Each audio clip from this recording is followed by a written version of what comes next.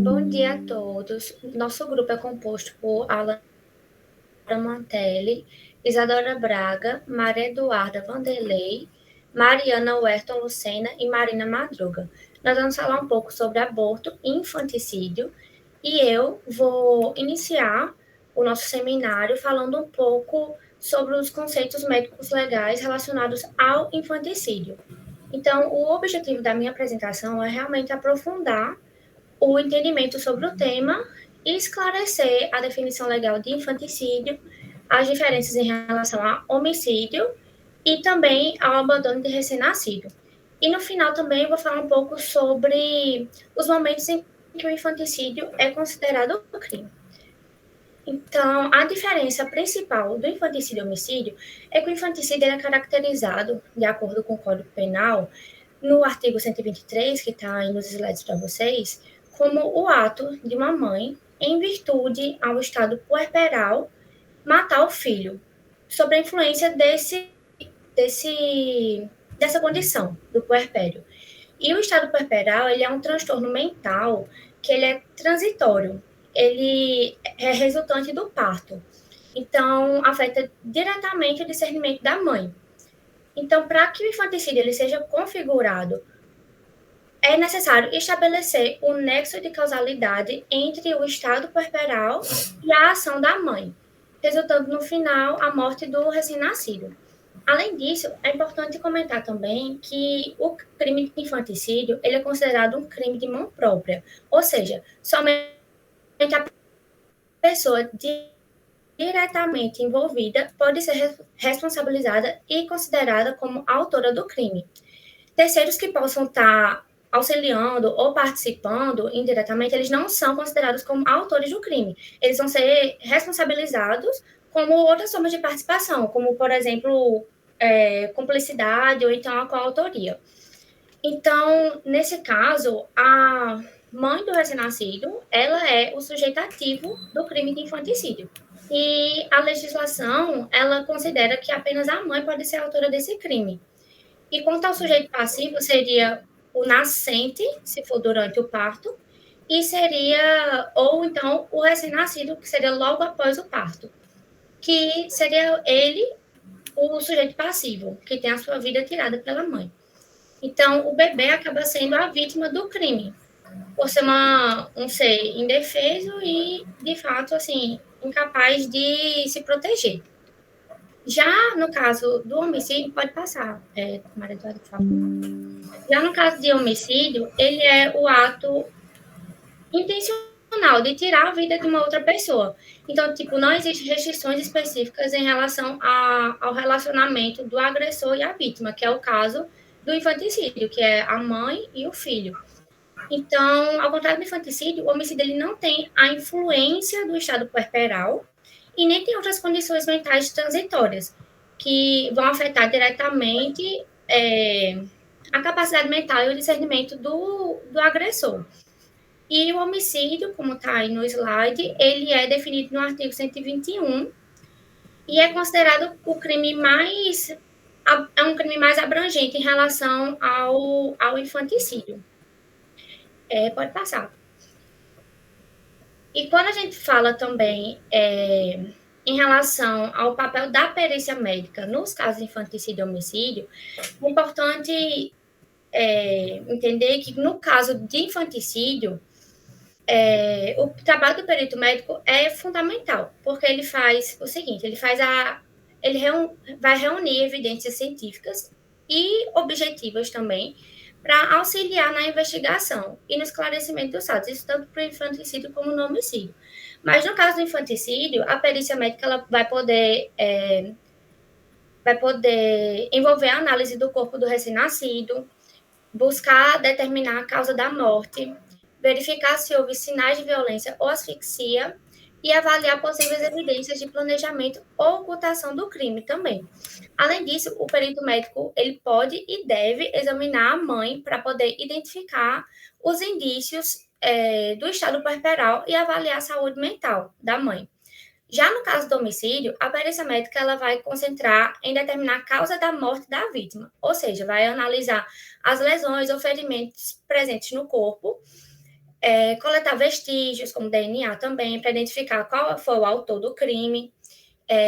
Vai fornecer também informações sobre a dinâmica do crime.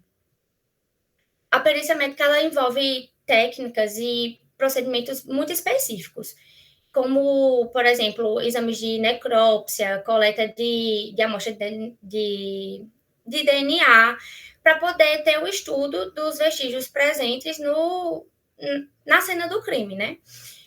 E o objetivo principal seria fornecer essas provas científicas e imparciais para que possam contribuir para a elucidação do caso.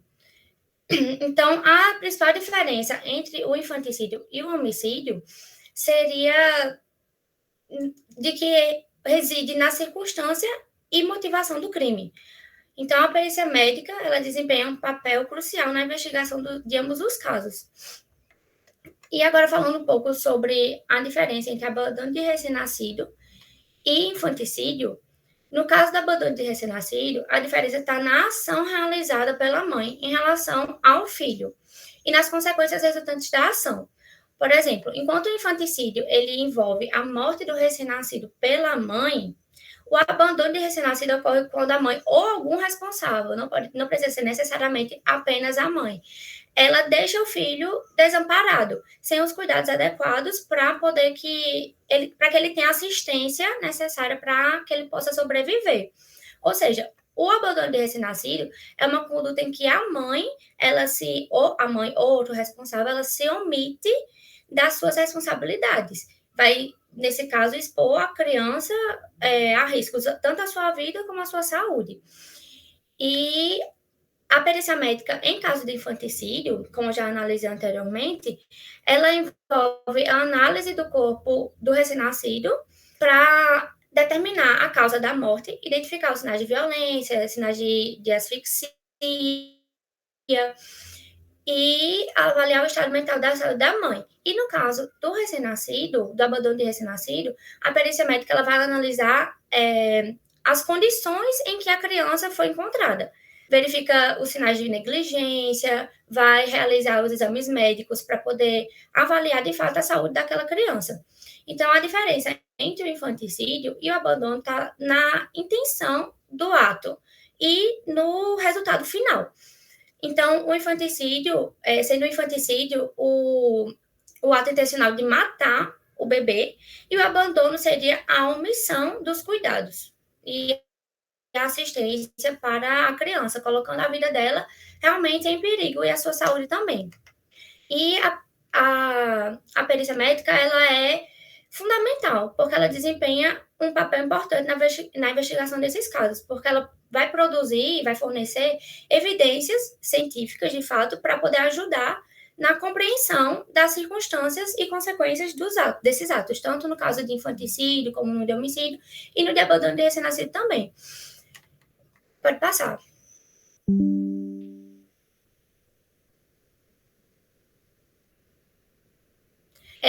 Vou analisar também aqui em relação aos momentos em que o infanticídio ele é de fato considerado crime. Então, a gente pode analisar que ele acontece durante o estado puerperal, ou seja, no período em que a mãe, após o parto, logo nos primeiros dias após o nascimento, resolve tirar a vida do seu próprio filho. Então, é nesse momento em que a mãe ela está influenciada pelo estado puerperal, podendo praticar esse ato com o seu filho. Então, a influência do estado puerperal, ela é um requisito fundamental para ser caracterizado o infanticídio. Então, o infanticídio ele é um crime específico que vai ser diferente, ele se difere em relação ao homicídio comum e também ao abandono de recém-nascido, porque a sua ocorrência está relacionada realmente ao estado puerperal da mãe. Então, por isso, exige uma análise muito cuidadosa das circunstâncias e das motivações envolvidas. E a perícia médica realmente é fundamental para poder desempenhar um papel na investigação desses casos, para poder fornecer as evidências e contribuir para a elucidação dos fatos. Agora eu vou passar a minha palavra um pouco para Ana Laura. para dar continuidade ao assunto sobre infanticídio. Bom dia. Dando seguimento à apresentação, a gente vai partir para os quesitos específicos de análise da perícia médica nos casos de infanticídio. Como a Alana mencionou, a perícia médica ela é essencial na caracterização desse crime e a doutrina coloca esse tipo de perícia, né, a perícia dedicada a enquadrar esse tipo de ocorrência, como a cruz dos peritos. Isso porque se trata de uma perícia extremamente minuciosa que visa analisar todos os elementos que, como a Alana expôs, compõem o tipo penal de infanticídio. Né? É um tipo penal, como exposto, muito cheio de especificidades e a perícia médica não seria diferente. Ela precisa checar, testificar a presença de todos esses elementos para que haja um enquadramento penal. Então, nesse sentido, a perícia médica ela vai avaliar o diagnóstico do tempo de vida da vítima, a comprovação de vida extrauterina, porque caso não tenha havido vida extrauterina, não se pode falar em infanticídio, a determinação da causa jurídica da morte para atestar que foi uma causa violenta, né, dolosa, intencional, e a identificação de parto na autora ou suspeita, né, a identificação de parto recente, bem como a comprovação de maternidade, uma vez que é um crime de mão própria, ou seja, só pode ser cometido pela própria mãe. Então, todos esses quesitos, eles são essenciais para cumprir, para serem verificados na perícia médica para os casos de infanticídio. Em relação ao diagnóstico do tempo de vida, a perícia vai analisar, vai buscar classificar, na verdade, essa vítima, né, o feto, na verdade não feto, mas a vítima em si, entre natimorto, feto nascente, infante nascido ou recém-nascido. Vamos diferenciar aí esses termos. O natimorto, ele é o feto cujo óbito se verifica durante o período perinatal. A doutrina vai colocar esse período aí a partir da 22ª semana de gestação até o início do trabalho de parto. Ou seja, nesse período, a mortalidade, né, que pode ter causa natural, acidental ou violenta, ela vai gerar, né, vai produzir o natimorto, que vai ser o feto que teve seu óbito ali nesse período. Esse natimorto, ele não pode ser sujeito passivo do infanticídio. Ele pode vir a figurar sujeito passivo no crime de aborto. Nos casos de causa natural, nem chega a se configurar crime, evidentemente, por uma questão fisiológica, mas nas causas de violência, ele fica, o natimorto aí, como sujeito passivo do crime de aborto. O feto nascente, por sua vez, uma vez que a legislação da gente traz o momento durante o parto como admissível da prática de infanticídio, o feto nascente já pode figurar sujeito passivo do infanticídio. Só que ele vai se diferenciar ali por ele não ter a faculdade de respiração autônoma. Então, ele é aquele que morre, né, cuja a morte se dá durante o trabalho de parto. Sobre as características, são as mesmas do infante nascido, exceto, como eu mencionei, a ausência de respiração autônoma, uma vez que a morte se deu ainda durante o trabalho de parto e o parto não estava concluído. Enfim, o infante nascido, portanto, né, por uma questão lógica, é o feto nascente que que passou pelo parto concluído e por isso já exerceu respiração autônoma. Além da respiração autônoma, que também não se atribui ao feto nascente, as características do infante nascido, que aí sim podem ser aplicadas ao feto nascente, são a existência de indúbio sebáceo, que é uma substância esbranquiçada e com textura cerosa, que protege a pele do feto dentro do útero. A presença de cordão umbilical íntegro, por exemplo, pode indicar ali um infante nascido ou um feto nascente. A presença de mecônio, que é uma substância que fica ali no aparelho intestinal do infante nascido, e a verificação de respiração autônoma, que essa, como eu mencionei, não se aplica ao infante nascido. Mas todas essas características, elas vão indicar esse momento de que aquele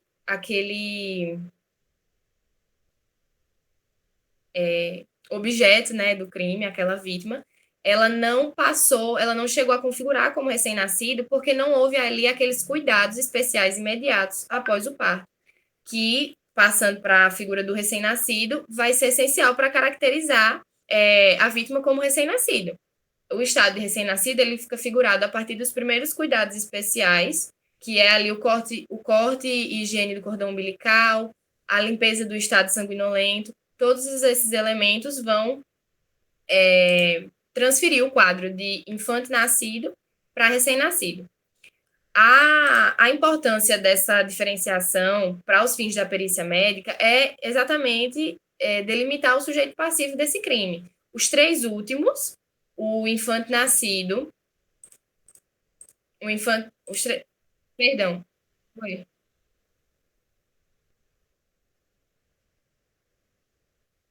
Sim.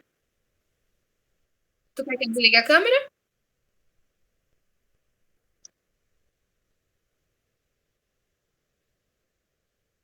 Pronto, tu avisa.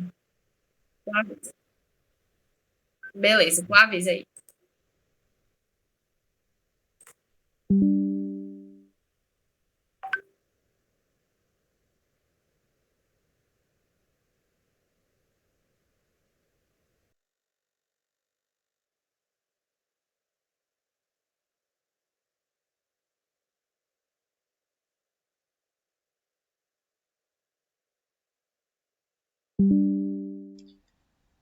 Professora, desculpa um pouco por essa interrupção na gravação. É porque a rede da minha casa está bem instável e aí eu estava tentando trocar para ver se ficava, por isso que estava indo e voltando a imagem de Ana.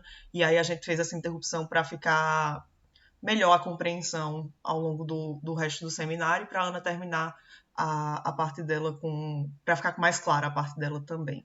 Obrigada, viu? Desculpa pela interrupção. Pronto, prosseguindo, acredito que tenha cortado na parte da diferenciação do diagnóstico de tempo de vida. Mas, voltando, na perícia médica, a relevância desse diagnóstico é determinar se aquela vítima ela pode ser sujeito passivo do crime. O natimorto, como eu mencionei, ele não pode ser sujeito passivo do crime de infanticídio. O feto nascente, infante nascido e o recém-nascido, eles podem, sim, ser vítimas de infanticídio. E aí, são esses elementos, por exemplo, o feto nascente e o infante nascido, eles apresentam o mesmo aspecto, o estado sanguinolento, né, as secreções ali pelo corpo, o cordão umbilical ainda íntegro. Isso porque se trata, no caso do feto nascente, do feto durante o trabalho de parto, e no caso do infante nascido, logo após o parto concluído, né, sem ter havido ali os cuidados especiais pós-parto. Então, essa diferenciação é importante para determinar o sujeito passivo e também as circunstâncias que vão caracterizar esse crime, né? Porque, às vezes, ali, no caso do recém-nascido, muito tempo de decurso, havendo muito cuidado específico após o parto, isso aí já pode transferir, já pode, na verdade, transferir não, mas indicar que a mãe chegou a um estado de sanidade após o parto antes de cometer o crime, ou seja, afastaria o enquadramento de infanticídio. Mas isso aí são questões que vão ser melhores tratadas no tópico específico de estado puerperal. Outro aspecto analisado é a comprovação da vida extrauterina.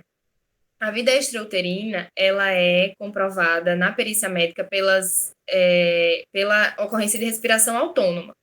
Isso não significa que o feto nascente, que ainda não exerceu respiração autônoma, não possa ser sujeito passivo do crime. Mas isso é por uma questão de previsão legal, porque a lei prevê a ocorrência do infanticídio durante o parto. Para os casos de infanticídio que ocorrem após o parto, imediatamente após ou logo após, que no caso o sujeito seria o infante nascido e o recém-nascido, a verificação da respiração autônoma. Isso é feito através das docimásias, que são as provas que indicam essa respiração, ou provas ocasionais.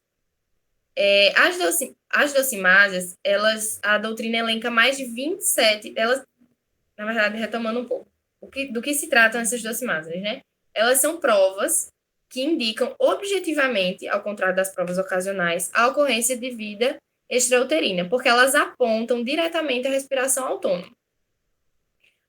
A doutrina elenca mais de 27 tipos de docimásia, mas de produção de docimásia, na verdade, que é esse tipo de prova.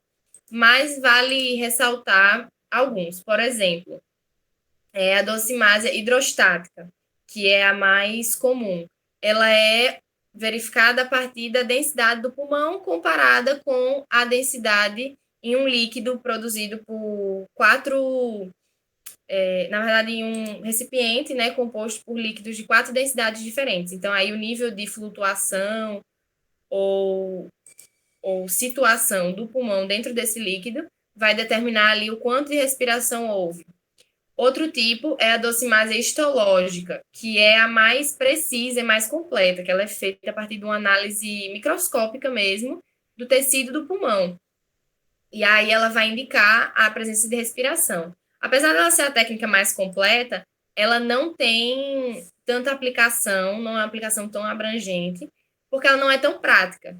E como a gente já viu, a perícia em si se trata de um processo muito complexo. Então, ela é de ocorrência menos comum, mas ela é a que fornece mais respaldo para a verificação objetivada. Prosseguindo, pode passar o slide. A perícia vai analisar a causa jurídica da morte. A causa jurídica da morte, ela pode ser natural, acidental ou, uma terceira hipótese, criminosa ou violenta. Nas causas naturais, é evidente que não ocorre causa.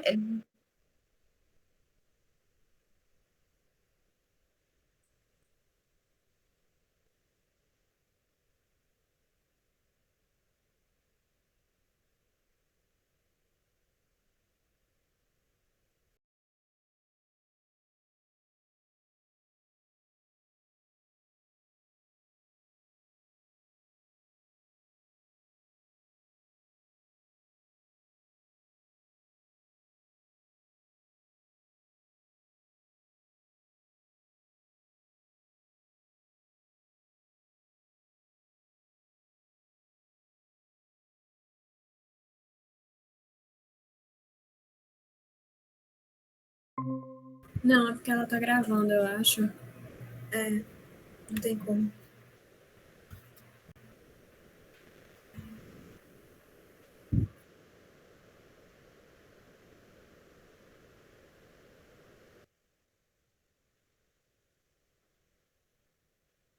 Tá gravando ainda?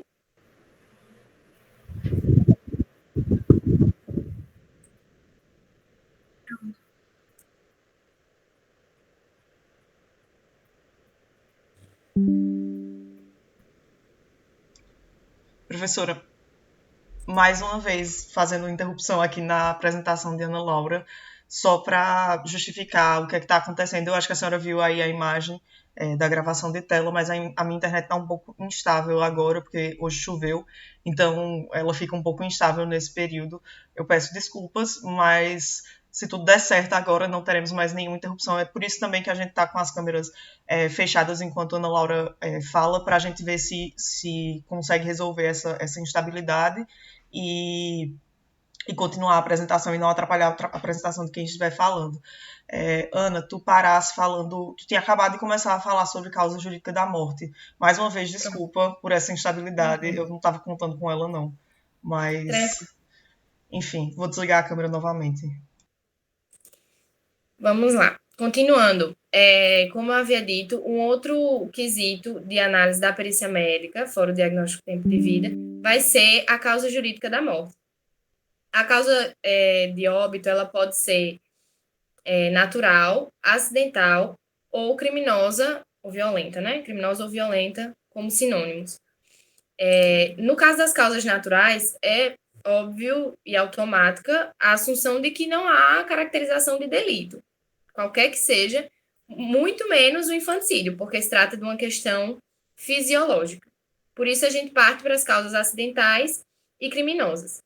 As causas acidentais podem se dar durante ou após o parto. Nos casos de óbito prévio ao parto, pode ser que algum evento ocorrido durante esse momento, o período gestacional, enseje a morte superveniente. Ou seja, a morte se deu após o parto, mas a causa foi durante a gestação.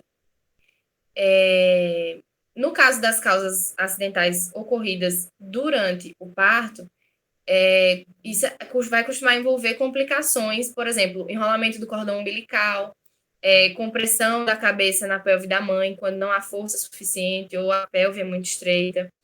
Enfim, asfixia por descolamento da placenta. Esse tipo de ocorrência pode ensejar a morte durante o parto. E, por fim, as causas acidentais pós-parto, elas são ainda mais amplas, né? Podem se dar por quedas, hemorragia do cordão umbilical, traumatismo de vários tipos, né? Porque ali o bebê ele tem uma estrutura muito frágil. Então, as causas acidentais, elas são admitidas em todos os momentos. E também não caracterizam infanticídio, uma vez que ele só pode se dar na modalidade dolosa. Quanto às causas criminosas, é aí que vai partir a análise do infanticídio. Se busca verificar, para enquadrar no infanticídio, a ocorrência de uma morte criminosa ou violenta.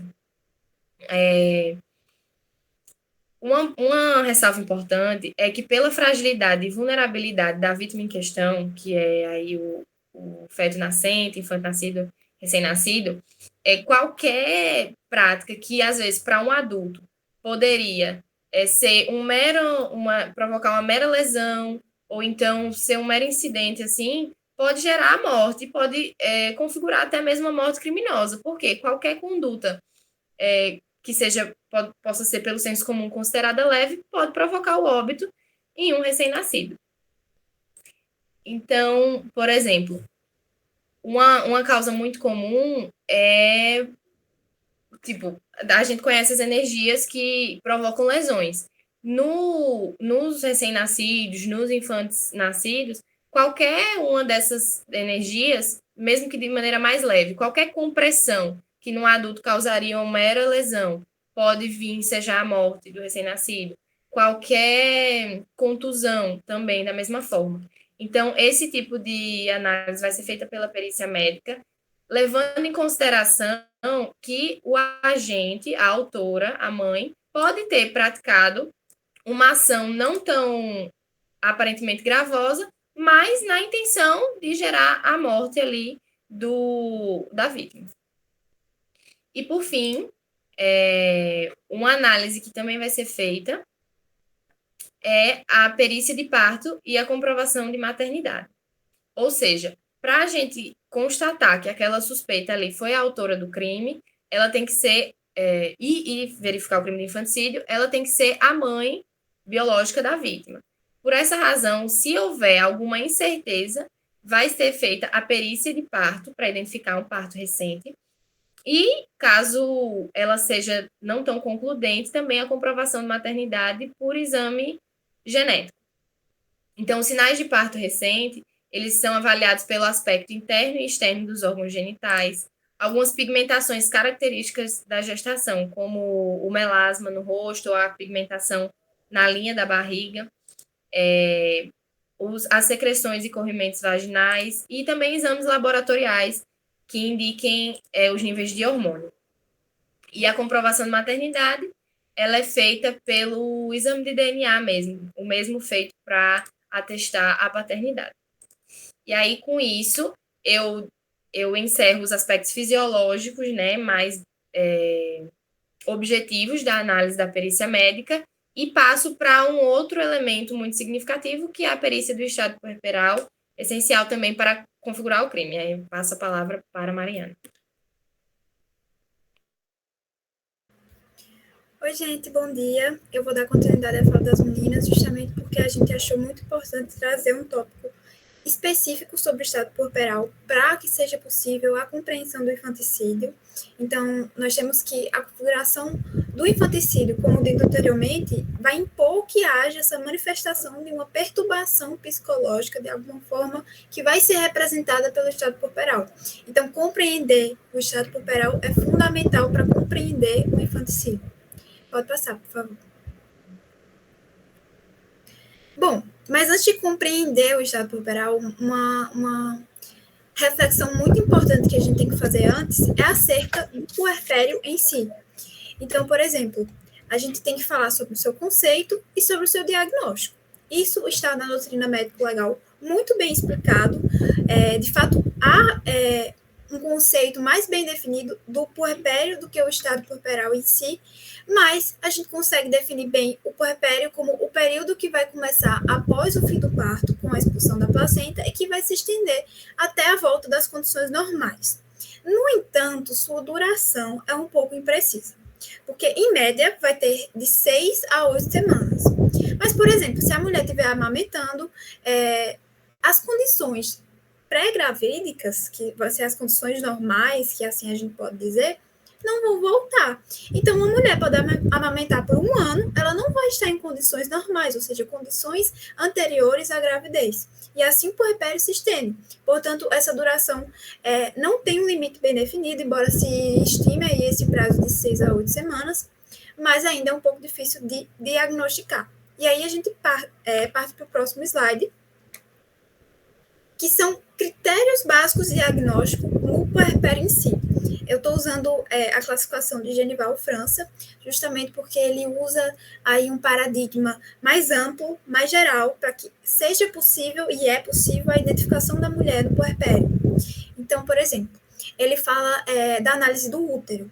Então, a mulher que está no puerpério, ela tem o útero que está iniciando um processo de contração e redução de volume, e que também apresenta essa ocorrência da loquiação. O que é loquiação? É um fluxo, é um fenômeno que gera um fluxo residual de elementos do endométrio, do útero. Então, por exemplo, sangue, muco, o tecido do útero que se apresenta na forma de um fluxo vaginal.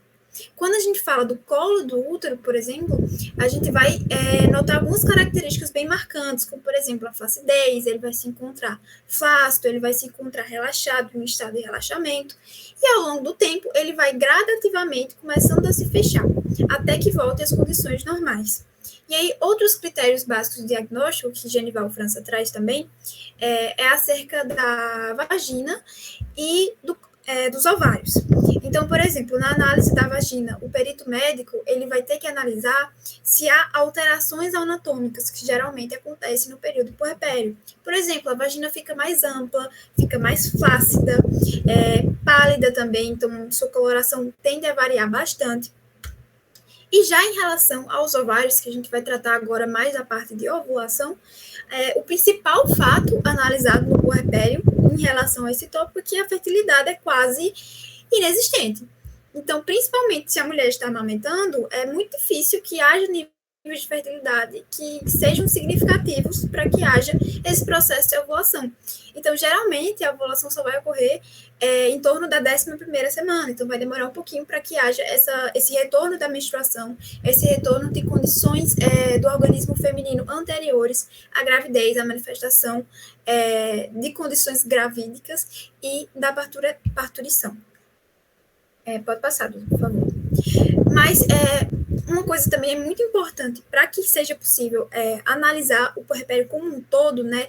Seja ele imediato, seja ele tardio, seja ele remoto, é que na doutrina médico-legal, na literatura médica, há uma classificação que se pode entender de forma didática quais são as etapas do puerpério. É óbvio que de mulher para mulher, algumas alterações fisiológicas, hormonais variam, então não há uma regra que todas as mulheres vão seguir cada passo exatamente igual, não. Como dito, a duração do puerpério, embora se tenha conseguido admitir o seu conceito, essa duração é imprecisa e não há como, de fato, enquadrar cada condição puerperal para cada mulher. Então, a classificação didática que nós temos aqui, em primeiro lugar, nós temos o pós-parto imediato, que vai se manifestar de 1 a 10 dias, e em segundo lugar, nós vamos ter o pós-parto tardio, que vai se manifestar entre 10 e 45 dias. Quando a gente fala para além dos 45 dias, didaticamente se coloca o puerpério no pós-parto remoto. E aí a gente vai falar agora sobre cada um, para que a gente consiga destrinchar melhor cada modalidade do pós-parto. Bom, em primeiro lugar, nós vamos falar um pouquinho sobre o pós-parto imediato, que é aquele pós-parto talvez seja mais importante na análise do infanticídio. Então, por exemplo, algumas características que vão se manifestar no corpo feminino é a regressão do epitélio vaginal, seja em mulheres que estão amamentando ou não, mulheres lactantes ou não, a descamação uterina, que vai resultar em um sangramento, aquele fenômeno de bloqueação que falamos anteriormente, o fluxo vaginal, se assemelha mais ou menos a um corrimento, mas que, de fato, se manifesta com mais expressão nesse período do pós-parto imediato. E esse fenômeno de bloqueação vai ser interessante analisar a coloração dos lóquios, que vai ser chamado esse fluxo vaginal, porque elas podem mudar de acordo com o grau de tempo que se deu o pós-parto. Então, por exemplo, entre 2 a 5 dias, os lóquios, eles costumam estar vermelhos, então esse sangramento costuma estar um pouquinho mais vermelho, mais pálidos em torno dos 5 dias e branco-amarelados como corrimento em volta dos 7 dias. E aí, outra característica importante do pós-parto imediato é que o fundo uterino, ele vai encontrar-se acima da cicatriz umbilical. Além disso, o colo do útero também, como dito anteriormente, ele está flácido e está com bordas distensíveis. Quando a gente fala do pós-parto recente, pode passar, Duda, por favor. Do pós-parto tardio, perdão. Quando a gente fala do pós-parto tardio, a principal coisa que a gente vai ter que analisar, enquanto tanto operador do direito, mas quanto perito médico, é justamente se há ou não a presença do fenômeno galactogênico, ou seja, da lactação. Porque todos os eventos aí, nesse período de puerpério, vão ser altamente influenciados por isso. Então, por exemplo, existem várias características do corpo feminino que no período de pós-parto tardio vão variar de acordo se ela está amamentando ou não. Mas uma característica geral do pós-parto tardio é que o útero ele vai estar em período de redução, ele vai regredir do tamanho, mas de forma mais lenta, mais gradual do que a forma que ele estava no pós-parto recente, no pós-parto imediato, como dito anteriormente, até mesmo pelos critérios de diagnóstico do puerpério recente. Então, ele também passa a se localizar no interior da pelvis. Ele vai gradativamente reduzindo de tamanho e passa de estar na posição acima da cicatriz umbilical para se localizar no interior da pelvis. E aí, em relação ao pós-parto remoto, que é aquele pós-parto além dos 45 dias, assim como o pós-parto tardio, uma coisa muito importante a se analisar é se há ou não a presença da lactação. E uma observação importante é que não importa se seja artificial ou natural, se algum fator artificial impediu que a lactação se manifestasse, o fenômeno galactogênico se manifestasse, ou não. Então, de toda forma, se a mulher está amamentando ou não, essa é a principal característica a ser analisada para que assim se determine os demais eventos relativos a cada período. E aí, por exemplo, o epitélio vaginal, ele varia de acordo com essa amamentação, seja ela presente ou não. Em não lactantes, a menstruação costuma ocorrer ali no pós-parto remoto, como dito anteriormente, em torno da 11ª semana, justamente por aquele período de ovulação que os ovários vão se adaptando. Bom, feito essa análise principal do puerpério, a gente conseguiu identificar alguns critérios diagnósticos, alguns critérios periciais. Uma coisa importante agora é entender ele em relação ao estado puerperal. Bom, o puerpério ele tem ali seu conceito mais bem definido, o seu conceito trazido de modo prático pela literatura médica. Já o estado puerperal, como é um conceito que é apresentado no nosso Código Penal, ele tem um pouco de contrassenso. Então, o que a gente consegue depreender é que o Código Penal traz a ideia de uma perturbação psicológica. Então, por exemplo, a gente consegue definir o estado puerperal como uma alteração temporária na mulher previamente sã, com colapso de senso moral e diminuição da capacidade de entendimento seguida da liberação de instintos, culminando com agressão ao próprio filho. Então, em razão desse lapso psicológico, desse lapso mental que há o cometimento do assassinato do seu filho, do infanticídio em si. Pode passar, por favor. Então, como eu disse, não há um senso comum do que seja o estado puberal, não há uma definição ali trazida no nosso Código Penal, mas há uma ideia abstrata. E alguns doutrinadores costumam até fazer uma crítica a isso. Por exemplo, Genival França, ele vai dizer que nada mais fantasioso que o chamado estado puberal, pois nem sequer tem um limite de duração definida. De fato, não tem um limite de duração definida. Se a gente não pode nem definir o que vem a ser o puerpério, o estado puberal é ainda mais confuso, é ainda mais manifestado de forma que é preciso se analisar aí a intenção do legislador, que é admitir o fundo psíquico na classificação desse delito. E Antônio Solon Goudart, por exemplo, também ele concorda com Genival França até certo ponto, trazendo que o conceito de estado corporal é predominantemente médico, então se traria aí através especificamente de uma psicose pós-parto, né, que é uma espécie de síndrome psiquiátrica que vai atingir a mulher no pós-parto. E assim, ele não requer extensas especulações por parte dos juristas. Então, ele critica justamente isso, que esse retrato do estado puberal, ele tem que ser analisado de forma médica, de forma técnica, e não estendido para que seja, suas variações sejam muito aplicadas ao direito. E aí, Hermes Alcântara, trazendo uma terceira opinião também, nós temos que o estado puerperal seria uma obnubilação mental seguinte ao desprendimento fetal, que só se manifesta na parturiente que não recebe assistente. Então, essa falta de conforto, essa falta de atenção é que vai provocar o estado puerperal. Bom, então, o que a gente consegue depreender aí do estado puerperal? É trazido pelo nosso Código Penal e analisando sobre a ótica do infanticídio.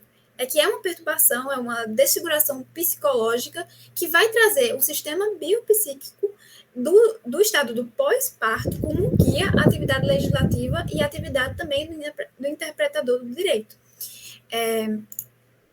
Ou seja, é um estado mental que é uma condição fundamental para a tipificação do delito do infanticídio e também para suas atenuantes da pena.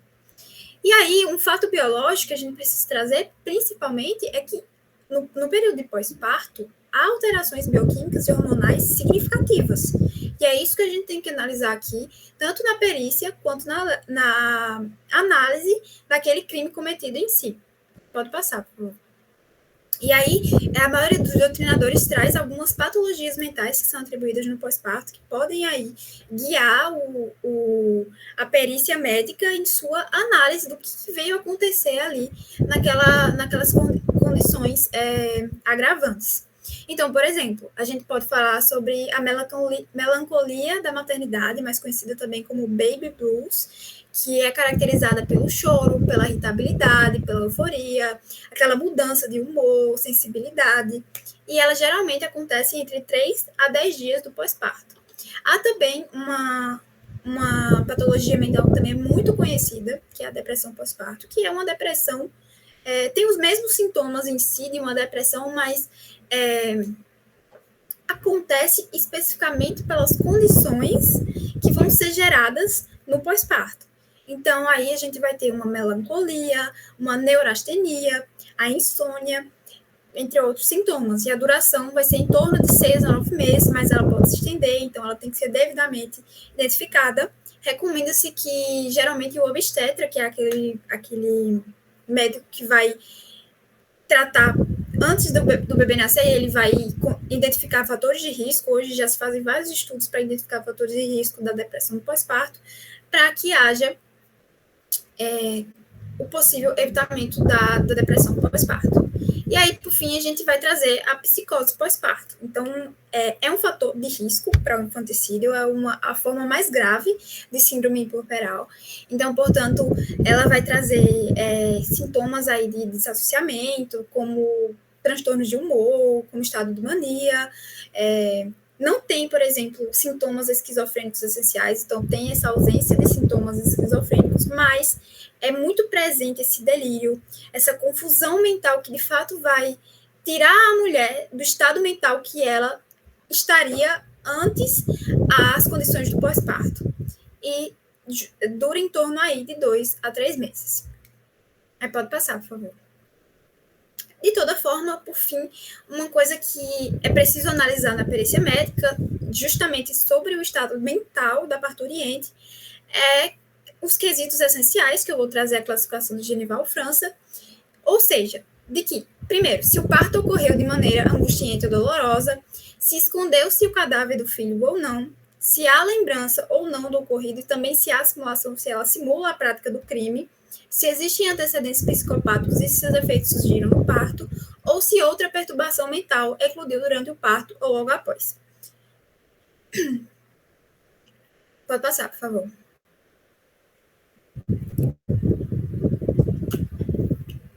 E aí, de toda forma, uma coisa a ser analisada na perícia do infanticídio é que é uma perícia que apresenta vários desafios, né? Apresenta uma subjetividade muito grande. Os sintomas são muito transitórios do pós-parto, eles variam de cada mulher para cada mulher. Óbvio, existe aí um guia geral, um guia de diagnóstico de perícia, mas mesmo assim, existe uma natureza muito subjetiva na perícia médica, principalmente na perícia médica mental da mulher no pós-parto.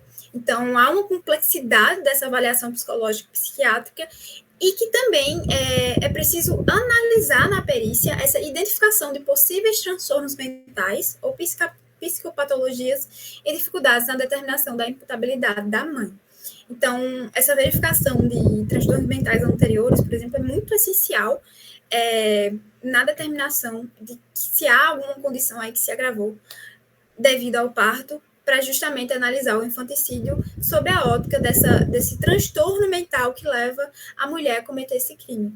E assim a gente consegue compreender tanto a definição legal do infanticídio, tanto a definição do estado puerperal, tanto as características da perícia que vão se analisar nesse delito, para que assim a gente consiga agora falar um pouquinho mais sobre o aborto, que eu vou passar a palavra para a Marina. Bom dia. Agora eu vou dar continuidade à apresentação, dando início ao aborto. Primeiramente, é importante estabelecer que, apesar de se proteger e de se cuidar de se tratar da vida, da saúde e da integridade física da gestante, esse não é o objeto do crime do aborto. Quando se fala no crime do aborto, o objeto é a vida que se encontra no útero. Então, o que o crime vai tratar sobre, vai versar sobre, é a vida que se encontra no útero. Pode passar, Lu. Bom, aí vamos trazer como umas noções gerais para estabelecer um conceito para o aborto. Bom, primeiramente, para a obstetrícia na medicina, é considerado o parto prematuro aquele que acontece entre 22 e 37 semanas de gestação. E caso ocorra antes desse período, configura-se o aborto, podendo ele ser ovular, embrionário ou fetal. Para a medicina legal, que é o que vai importar para a gente, se parte do fato de que a destruição de uma vida intrauterina constitui o crime do aborto, e não importa a idade do produto da concepção. Então, o que vai se ter aqui? O aborto criminoso é a morte intencional do ovo, sendo o ovo o produto natural da concepção até o momento do parto. Aí, como conceituação doutrinária, tem-se uma de Carrara, que foi modificada por Nelson Caparelli, segundo a qual o aborto criminoso é a morte dolosa do ovo no alvéolo materno, com ou sem expulsão violenta seguida de morte. De forma mais simplificada, como eu trouxe aqui, nas palavras de Newton Salles, o aborto é a morte dolosa do ovo. Assim, eu trouxe ainda um recorte de Genival França, segundo o qual ele fala o seguinte: nossa codificação penal, ao incriminar o aborto, não distingue entre ovo, embrião ou feto, sempre que ocorrer intencionalmente a morte do concepto ou a sua expulsão violenta seguida de morte, está configurado o crime de aborto. E aí, por fim, ainda sobre a conceituação do aborto, é importante fazer uma distinção entre o termo aborto e abortamento. O aborto é o produto expelido e o abortamento é o ato. Mas para a medicina legal, não há aborto sem o abortamento, apesar de poder haver a tentativa de abortamento sem que haja aborto. E sempre que se for escrever nos documentos médicos legais, se deve usar o termo aborto. Pode passar. Bom, agora eu vou começar a tratar sobre as modalidades de aborto que são permitidas pela nossa legislação. Primeiro tem o aborto terapêutico, que é aquele realizado pelo médico para salvar a vida da gestante, e ele está previsto no inciso 1 do artigo 128 do Código Penal. Nesse caso, a ponderação que foi feita pelo legislador foi o sacrifício de uma vida de menor valor em detrimento de uma de maior valor, considerando-se, nesse caso, a vida da mãe como a mais valorosa, digamos assim. Pode passar. E aí, uma observação importante a se fazer é que, de acordo com o parágrafo 3º do artigo 146 do Código Penal, em algumas circunstâncias, o médico pode realizar o aborto terapêutico, inclusive sem o consentimento da paciente ou de seu representante legal, desde que se justifique por perigo iminente de vida. A Genival Veloso vai trazer 5 requisitos para que esse perigo de vida iminente se caracterize e seja otorgado ao médico o direito de praticar aborto terapêutico. Primeiro é que a mãe apresente perigo vital. Segundo, que esse perigo esteja sob dependência direta da gravidez. Terceiro, que a interrupção da gravidez faça cessar esse perigo para a vida da mãe. Quarto, esse procedimento seja o único meio capaz de salvar a vida da gestante. E, por fim, quinto lugar, sempre que possível, com a confirmação ou concordância de outros 2 colegas. Aí, segundo o caso dos abortos que são autorizados, tem-se um caso mais polêmico, que foi a antecipação terapêutica do parto nos casos de anencefalia. Primeiro, se conceitua a anencefalia como uma grave alteração caracterizada por um defeito no fechamento do tubo neural, estrutura que dá origem ao cérebro, cerebelo, bulbo e à medula espinal. Essa alteração, ela pode se dar entre a 21ª e 26º dias de gestação. E seu diagnóstico vai ser feito inicialmente por meio de ultrassonografia e ressonância magnética a partir de 12 semanas de gestação. E aí, com algumas características apresentadas pelas crianças nascidas com anencefalia, tem-se má formação das orelhas, pescoço curto, boca pequena, nariz longo, olhos grandes e protusos e excesso de pele nos ombros. E aí, nesses casos também, apesar das crianças nascerem com quase todos os reflexos primitivos do recém-nascido, infelizmente, elas não sobrevivem horas e muitas vezes nem minutos, a depender da anencefalia ser completa ou não. Pode passar, Duda. Pronto. E aí, havia tido muita polêmica e muito debate se deveria ser permitido o aborto no caso de anencefalia ou não. E por meio da DPF 54, o STF estabeleceu que é inconstitucional a interpretação segundo a qual a interrupção da gravidez do feto anencéfalo ser tipificada nos artigos 124, 126 e 128, incisos 1 e 2 do Código Penal, que são justamente os dispositivos que tratam sobre a criminalização do aborto. E aí, uma coisa que é importante mencionar é que essa decisão do STF não se confunde com a permissão para o chamado aborto eugenésico. O que seria o aborto eugenésico? Seria evitar o nascimento de crianças com deficiências físicas ou psíquicas.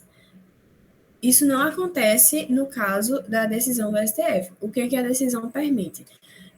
A decisão permite que a interrupção de uma gravidez cujo feto não teria nenhuma condição de vida autônoma.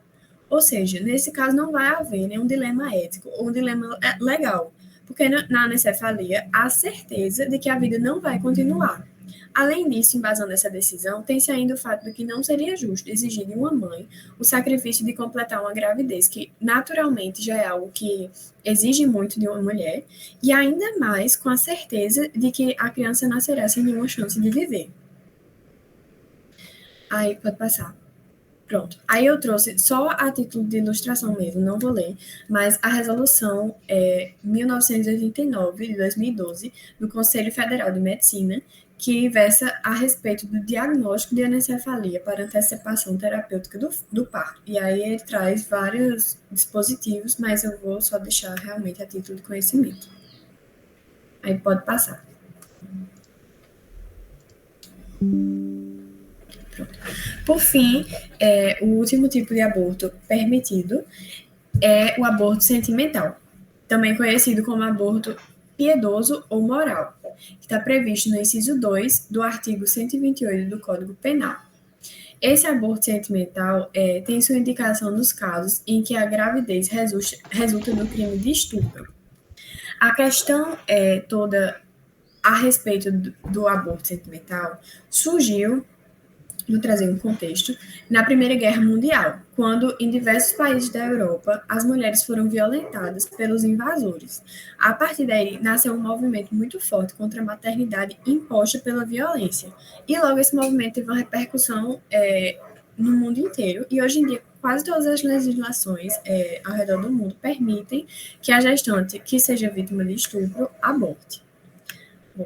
No caso do legislador brasileiro, ele se ateve unicamente a razões de ordem ética e emocional e defendeu o princípio do estado de necessidade contra as consequências oriundas de um grave dano à pessoa, visto que não poderia, na verdade, ignorar os fatos da vida e impor uma carga vitalícia e pesada à vítima de tamanha violência.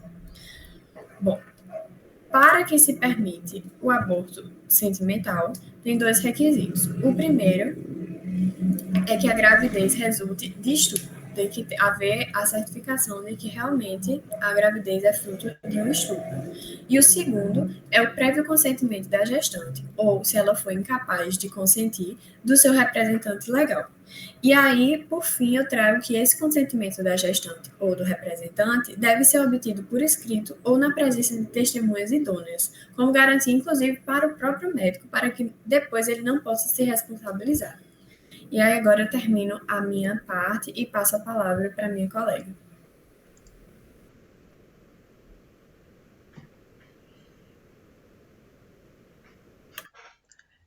Bom dia, gente. Agora eu vou dar continuidade à temática do aborto, né? A gente vai tratar agora de outros 5 pontos, que é a continuação justamente dessas modalidades trazidas agora por Marina, de aborto social e o aborto terapêutico. A gente vai continuar trazendo também o aborto eugênico e o aborto social. Depois a gente vai tratar dos meios abortivos, que nada mais são das modalidades a que se pode vir a causar um aborto, e depois a legislação que versa sobre essa temática, e por fim uma temática que é um pouco análoga ao aborto, ela não é exatamente do aborto, mas alguns doutrinadores, como Genival Veloso, enquadram dentro da temática de aborto, depende muito do entendimento moral do doutrinador. Justamente é essa temática da clonagem para fins terapêuticos. Primeiramente, a gente vai tratar do aborto eugênico, né? Marina já deu uma pincelada quando ela falou do aborto terapêutico, mas o aborto eugênico ou eugenésico, é difícil essa palavra, mas é eugênico ou eugenésico, é justamente o tipo de aborto fundamentado na justificativa de o nascituro apresentar graves e irreversíveis anomalias físicas e ou mentais, como já foram psíquicas, né, como já foram dito anteriormente por Marina. É importante comentar que essa modalidade de aborto, ela é vedada pelo ordenamento jurídico brasileiro, como Marina já disse, quando ela versou um pouco sobre a DPF 54, né? A maior problemática referente exclusivamente a ideia de aborto eugênico é justamente essa criação de um padrão adequado de saúde e ampliação que as questões de anomalia podem vir a ser. E o que seria, de fato, crianças defeituosas e o que poderia vir a ser o que já aconteceu em outros períodos históricos, como na Segunda Guerra Mundial, os campos de concentração, foram muito baseado na teoria eugenista, né, que tiveram os horrores do que se tiveram, né, e aí por isso essa proteção à pessoa com deficiência e a diferença, porque se tem esse medo, esse receio, né, de que se repita a história e que a gente tenha uma expansão dessa ideia de graves e irreversíveis anomalias físicas e mentais, e justamente quem é melhor do que quem, a pessoa com deficiência ou a pessoa sem deficiência.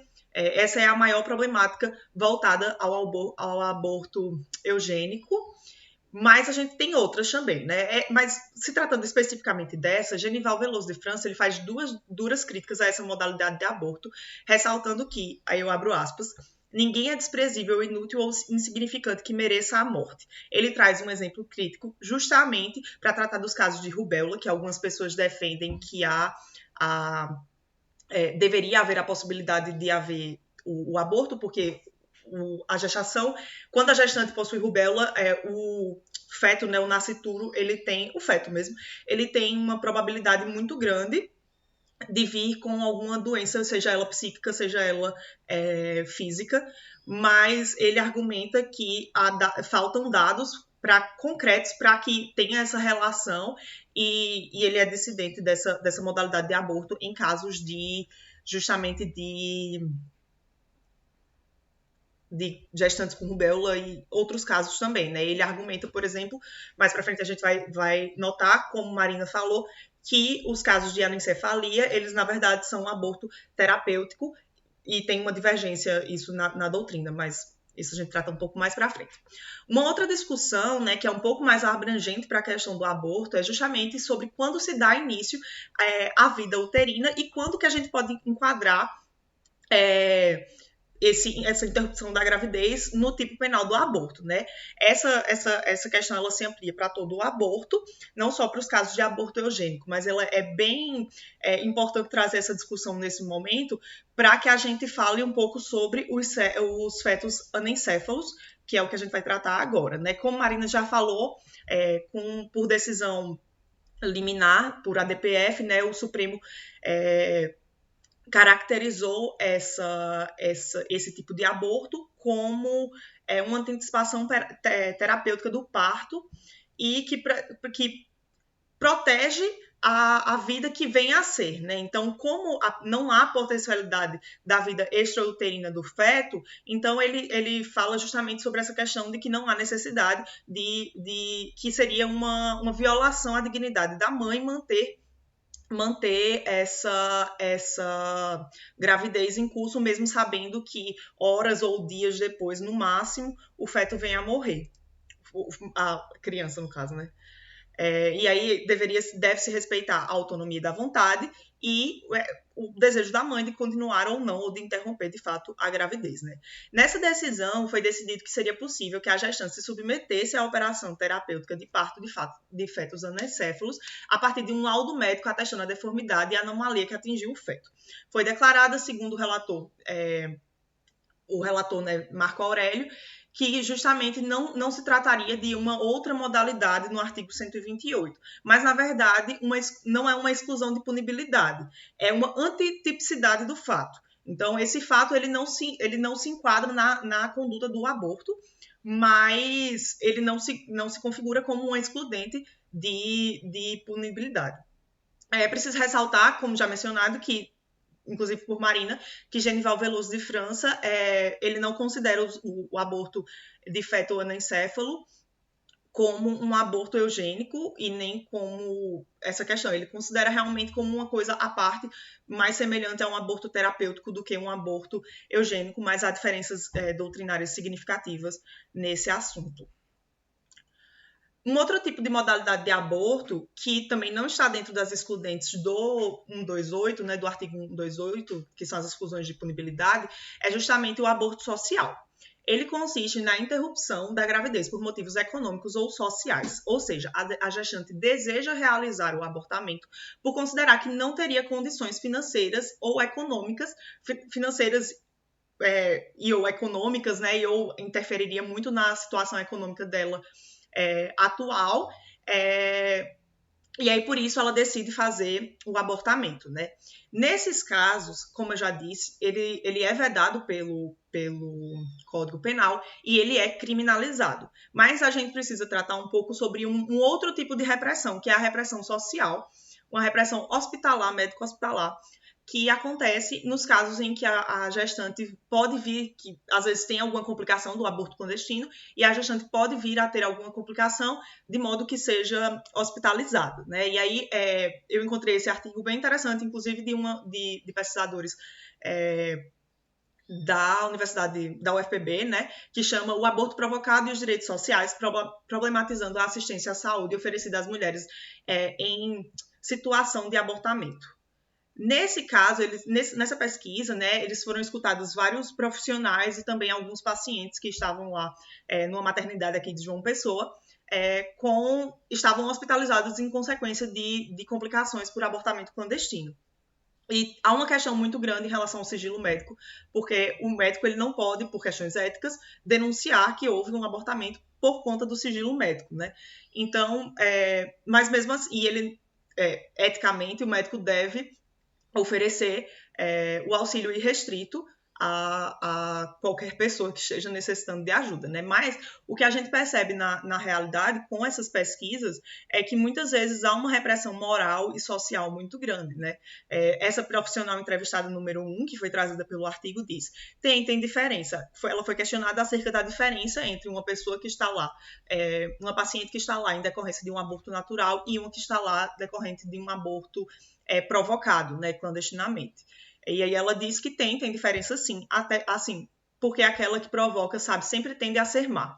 Ninguém sabe como é a vida dela, o que levou ela a fazer esse ato, que é um crime, né, no nosso país. Eu vejo que os profissionais não é como uma rejeição, é uma relação de desprezo mesmo.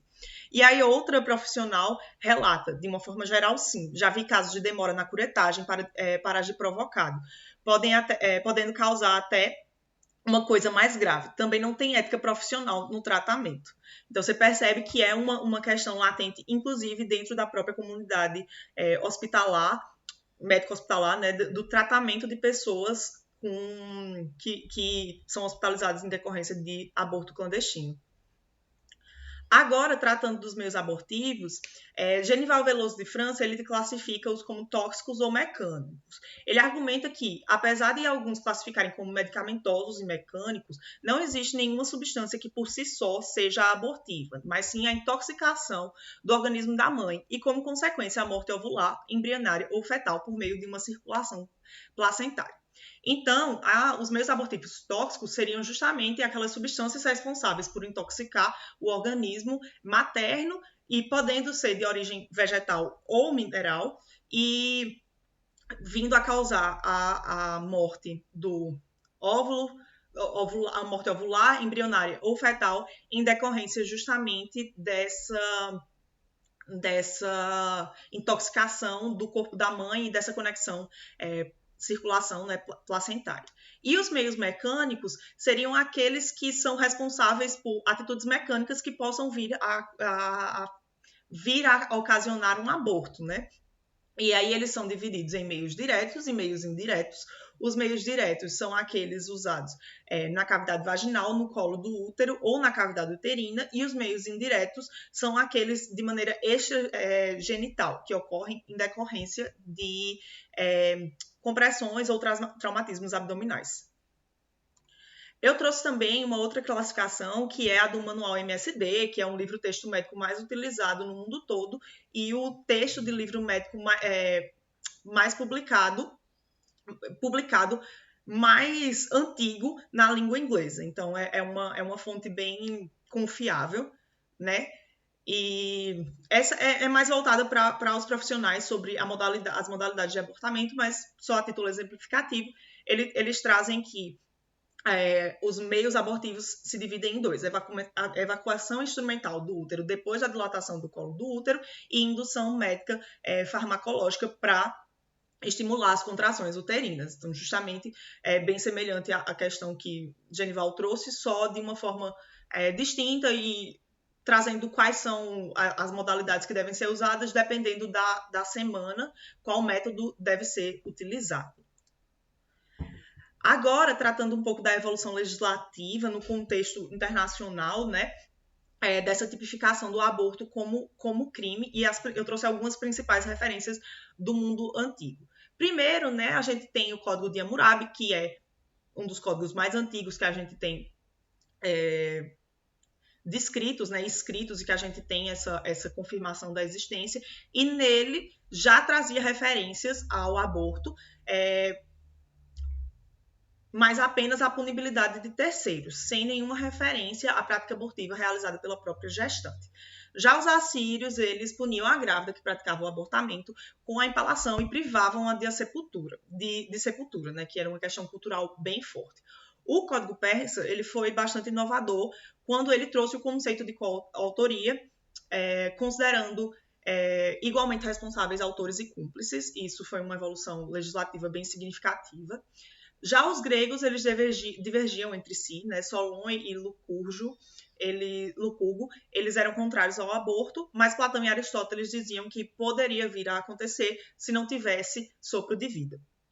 E entre os romanos, dependia do contexto histórico, mas em um dado momento o aborto ele foi irrestrito, e depois de um tempo ele foi vedado com pena de morte para os casos de aborto com intuito lucrativo.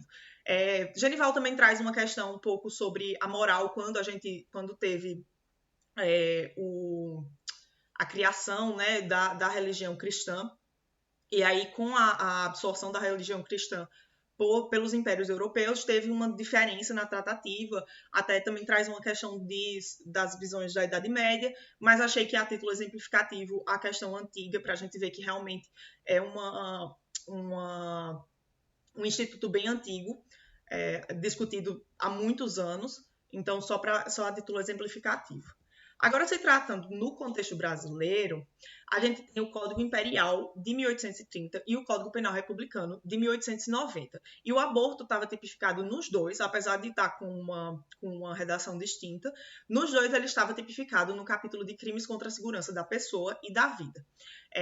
Há uma redação diversa, né, como eu já disse, não há hipóteses de excludente de punibilidade, e o primeiro ainda nem trata da punibilidade e aumento de punição em caso de morte da gestante, por exemplo, né? Agora, eu trouxe aqui os artigos que versam no Código Penal atual, né, o Código Penal de 1940, e ele traz o crime de aborto, a tipificação do crime de aborto e as excludentes e agravantes e, enfim, questões mais específicas. Ele está especificamente no capítulo de crimes contra a vida. Então, tem essa mudançazinha entre o Código anterior, né, o Código Penal Republicano, e o Código Penal de 40, que é o Código atual. O artigo 124, né, provocar aborto em si mesmo ou consentir que outra lhe provoque, ele tem a característica principal de ser direcionado à gestante quando ela consente ou ela mesma pratica. Então, essa prática delituosa, ela ocorre, inclusive, quando é a gestante que provoca. O artigo 125 e 126, ele diz respeito justamente à responsabilidade de um terceiro que venha a provocar o aborto em uma gestante, né, no caso, que pode ser com ou sem consentimento, e sem consentimento a pena é um pouco mais pesada, né? Com consentimento é um pouco mais branda, sendo nos casos de menores de 14 anos ou alguém com alguma distinção na capacidade jurídica, ou se o consentimento é obtido através de constrangimento, né? Mediante fraude, violência ou grave ameaça. O artigo 127, ele traz justamente sobre as questões agravantes, que seriam a questão de causar uma lesão corporal grave à gestante, que são aquelas lesões que demoram mais de 30 dias para cicatrizar, digamos assim, elas causam uma dificuldade à pessoa que faz você passar mais de 30 dias com essa limitação, digamos assim. E o segundo caso é o caso de morte, né? No primeiro caso, aumenta em 1/3 a pena, e no segundo caso, em caso de morte da gestante, duplica a pena, né? O artigo 128, ele trata justamente das excludentes de punibilidade que foram tratadas por Marina, sendo no inciso 1º, se não há outro meio de salvar a vida da gestante, o caso do aborto terapêutico, e o inciso 2º, se a gravidez resulta de estupro e o aborto é procedido de consentimento da gestante, ou quando incapaz de seu representante legal, o aborto em casos de estupro, né? O aborto eu esqueci o nome agora, mas é o aborto em casos de estupro mesmo, né? Por fim, a gente vai tratar um pouco sobre esse tema um pouco mais polêmico, que é a clonagem para fins terapêuticos. A clonagem para fins terapêuticos, ela se divide em duas. Na verdade, ela é muito confundida, então é importante que a gente faça essa distinção. A clonagem para fins terapêuticos, ela é aquela típica de células-tronco, ou seja, tem uma repetição do DNA, né? Ela é introduzida em um óvulo sem a presença de material genético, é introduzido um DNA nesse óvulo que não tem a presença de um DNA genético, ou seja, as células se tornam irmãs, de certa forma, e o que mais diferencia é que na clonagem terapêutica não tem a introdução em um útero para o desenvolvimento daquele óvulo. Então, ele fica ali no sentido de se reproduzir para um fim meramente terapêutico, que é um fim curativo, muito mais do que reprodutivo. A clonagem reprodutiva, ela, como o próprio nome já diz, ela tem essa intenção de ser reproduzida. O meio é basicamente o mesmo, só que o que diferencia principalmente elas é que ela é introduzida em um útero para que tenha esse desenvolvimento. Foi o caso justamente que aconteceu com Dolly, a ovelha Dolly, né? E esse é um caso de clonagem reprodutiva, é bem mais consensual a crítica à clonagem reprodutiva. Então, a clonagem terapêutica que traz mais divergências, e é dela que a gente vai tratar. Genival Veloso de França, ele considera que a clonagem terapêutica, ela é como se fosse uma cortina de fumaça para encobrir os verdadeiros interesses em experimentações, como as de aproveitamento de órgãos para o indivíduo matriz no futuro, escamoteando assim alguns óbices éticos e legais. Ou seja, ele trata a clonagem para fins terapêuticos como se fosse um aborto. E ele acredita realmente que há como se fosse um impedimento de que aquela vida venha a se formar, como, por exemplo, os casos de aborto em que o que é vida, né? Então, ele traz bastante esse questionamento do que é vida, o que é que a gente pode considerar vida e o que entraria ou não, se enquadraria ou não dentro da modalidade abortiva, né?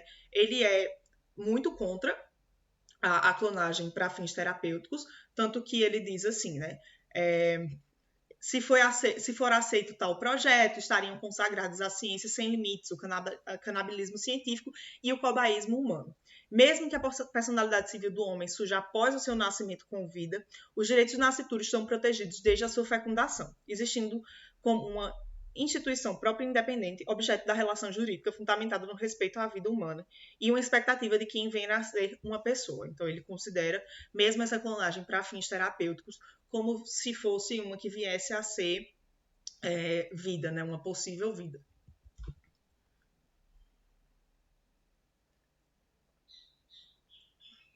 E eu trouxe aqui uma opinião dissidente dele, que é a opinião do filósofo Michael Sandel, é um professor de Harvard, e nesse livro Contra a Perfeição, ele traz justamente, ele argumenta que há uma distinção entre a clonagem terapêutica e a clonagem para fins reprodutivos, que normalmente ela vem baseada na ideia de melhoramento genético, o que ele é bastante contra. Só que uma coisa que é importante é que ele diz que a medicina ela intervém na natureza e que a evolução genética ela deve ser utilizada com o objetivo de curar. Então, o que ele diz é que a clonagem para fins terapêuticos, em suma, né, o que ele diz é que a clonagem para fins terapêuticos ela não tem a intenção de melhorar, ela tem a intenção de curar. E isso faz parte da própria função da medicina, né? Sendo assim, ele defende uma regulamentação severa na questão de clonagens para fins terapêuticos, né? Mas argumenta que os estudos com células troncos e embrionárias não podem parar, eles devem continuar para fins de cura e não para melhoramento genético, porque ele é bastante crítico dessa ideia de melhoramento genético, né? É uma questão bem latente, bem complicada, essa questão da bioética, né? Enfim, temos opiniões bem divergentes e morais muito distintas, mas, em suma, ele diz que tem que ter uma regulamentação severa, mas não deve ser impedida. Agora eu vou passar a palavra para Isadora, para ela finalizar essa questão do aborto e aí a gente conseguir findar mesmo. Agora eu vou começar falando, depois dessa parte de Maria Eduarda, vou tratar justamente das tentativas de legalização do aborto, que na sua obra Genival traz como uma tentativa, a principal tentativa, né, no âmbito legislativo brasileiro de legalização do aborto, seria o anteprojeto do Código Penal, que seria o PLS 236 de 2012, que seria justamente um outro Código Penal, uma nova propositura de Código Penal, que, na matéria de aborto, traria uma ampliação das excludentes de licitude em relação ao delito de aborto. No caso, vale a pena ressaltar uma questão em que Genival Veloso ele comete um equívoco que seria justamente se referir a esse anteprojeto, a esse novo artigo do Código Penal, como uma tentativa de legalização. Isso porque há de se considerar que existe uma diferença expressiva entre o ato de descriminalizar uma conduta e o ato de legalizar uma conduta. Genival ele considera justamente que essas excludentes, um pouco mais ampliadas em relação ao que nós temos vigente atualmente, já que esse anteprojeto até hoje, a tramitação, o trâmite dele não terminou no Congresso, no Congresso Federal, mas a propositura seria um pouco mais ampla do que nós temos vigente hoje em dia. Ele considera isso como sendo uma tentativa de legalização. Contudo, a gente tem que considerar que essas são meramente excludentes de licitude. E qual é a principal diferença entre descriminalizar e criminalizar?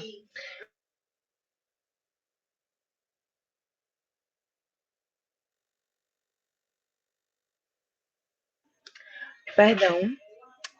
Qual é a principal diferença entre descriminalizar e legalizar? Seria justamente o fato de descriminalizar seria deixar de tornar uma conduta criminosa. Então, seria justamente o ato de tratar alguns outros casos de aborto como excludentes de ilicitude. Já legalizar seria trazer uma nova lei, uma nova legislação que viria a regulamentar o ato da conduta. Então, mas de toda forma, a gente traz esse anteprojeto nesse tópico de tentativa de legalização, porque entende-se que a partir dessa excludente, a gente poderia, em um momento futuro, né, após a possível legalização desse novo artigo, a gente poderia vir a testemunhar uma aprovação de uma nova lei que viesse a regulamentar, de fato, a conduta do aborto, né, nos casos que ela seria descriminalizada. No caso, a ampliação dessas excludentes seriam justamente as que estariam previstas no novo artigo 128 do Código Penal, que diria que não há crime de aborto quando, 1, houver risco à vida ou à saúde da gestante, 2, se a gravidez resulta de violação da dignidade sexual ou do emprego não consentido de técnica de reprodução assistida, 3, se comprovada a anencefalia ou quando o feto padecer de graves e incuráveis anomalias que inviabilizem a vida extrauterina, em ambos casos atestado por 2 médicos, 4. Se por vontade da gestante, até a 12ª semana de gestação, quando o médico ou psicólogo constatar que a mulher não apresenta condições psicológicas de arcar com a maternidade. Então, eu vou analisar, sobre a ótica de Genival Veloso, cada uma dessas ampliações, cada uma dessas novas proposituras que foram propostas, ainda não decididas, pelo anteprojeto do Código Penal. No primeiro caso, ele trata, né, o legislador... Não, amiga, pode voltar, obrigada. O legislador, ele trata, no caso de houver risco à vida ou à saúde da gestante. Genival, ele destaca que esses dois termos têm diferenças essenciais, que seriam se houver risco à vida ou risco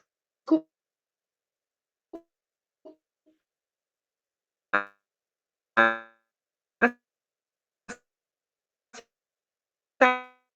saúde.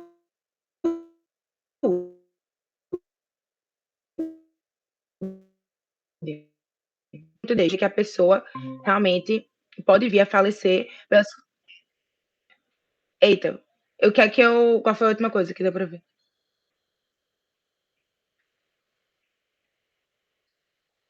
Ah, tá certo. Ok. No caso de risco à vida, a Genival, né, ele considera que o perigo de vida ele é caracterizado quando existe um conjunto de sinais e sintomas que demonstram condição concreta de morte iminente. Ou seja, quando há diversos sinais e sintomas que deixem claro a possibilidade de perigo de vida. Não seria um perigo remoto, uma morte que aconteceria em outro momento, mas no momento atual, um momento contemporâneo à existência desses sintomas. Já o risco de vida seria uma possibilidade remota relacionada a possíveis condições que levariam à morte.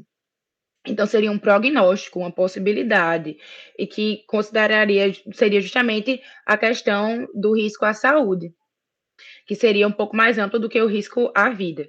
Para Genival Veloso, ele considera o último termo, né, que seria o risco à saúde, abusivo, por ser demasiadamente abstrato e amplo. Né? Então, para ele considera que o que nós já temos no nosso Código Penal, que seria justamente o que as meninas falaram, de não haver outro modo de salvar a vida da gestante naquela situação, seria suficiente, se tratando dessa questão de levar em consideração a saúde da gestante. Então, não seria necessária essa ampliação no que diz respeito a incluir o risco à vida nessa situação. Já o segundo, que seria se a gravidez resulta de violação à dignidade sexual ou do emprego não consentido de técnica de reprodução assistida, seria também bem equivalente ao que nós já temos no nosso Código Penal, que seria o aborto sentimental, né? No caso da permissão do aborto em caso de crime contra a dignidade sexual, no caso que a gente tem explicitamente o crime de estupro. Aí ele fala um pouco sobre essa ampliação, que fala que agora o anteprojeto não fala sobre crime de estupro, fala de crime contra a dignidade sexual, que a gente poderia vir a refletir. Será que um assédio ou uma importunação sexual que venha resultar em gravidez seria incluído nessa questão? Aí ele ele traz essa reflexão, mas no final das contas seria o mesmo objetivo de legislar, de excluir essa conduta de conduta ilícita, de ilicitude, na verdade, justamente porque a mulher não seria obrigada a carregar o produto né, o feto, resultante de uma conduta que foi de extrema violência e que feriu profundamente a sua dignidade sexual, moral, enfim. E aí, o terceiro, se comprovada a anencefalia, ou quando o feto padecer de graves, incuráveis anomalias que inviabilizem a vida extrauterina, em ambos os casos, atestado por 2 médicos. Então, nesse caso, seria a mera legalização formal da decisão, né, da DPF 54, que foi uma decisão do STF, que as meninas também já comentaram, que autorizava a prática do aborto, né, a execução do aborto em casos de feto anencefalo. E, no caso, ele ainda incluiria outras questões que inviabilizassem a vida uterina, que não é uma coisa que nós temos na legislação brasileira. O aborto ele fica restrito justamente ao feto anencefalo, mas esse dispositivo incluiria outras enfermidades que viriam a inviabilizar a vida do feto fora do útero da mãe, justamente com a intenção, tendo em vista também a ideia do voto do ministro Marco Aurélio, dizendo que nesses casos, não há vida em potencial, e justamente o que se protege no crime de aborto seria a vida em potencial que está no útero, e também que a mulher não seria obrigada a arcar com todo um processo de gravidez, no qual, no final das contas, o filho viria a nascer nato-morto, sem vida, ou morrer logo após um curto período de tempo. E, por fim, tem-se a excludente mais polêmica e mais abrangente, que seria se, por vontade da gestante, até a 12ª semana da gestação, quando o médico ou psicólogo constatar que a mulher não apresenta condições psicológicas de arcar com a maternidade. Para Genival Veloso, isso seria uma tentativa de democratizar o aborto, afirmando que ele afirma, né, que o próximo passo a esse dispositivo, a essa iniciativa, seria o chamado aborto livre, que seria a possibilidade de abortar e legalizar o aborto de uma vez por todas. Para ele, esse dispositivo seria a legalização completa da conduta de aborto, mas eu acho que vale a pena ressaltar que ele também comete um equívoco nesse sentido, já que, considerando uma possível vigência desse dispositivo, abortos praticados após a 12ª semana ainda seriam considerados abortos criminosos.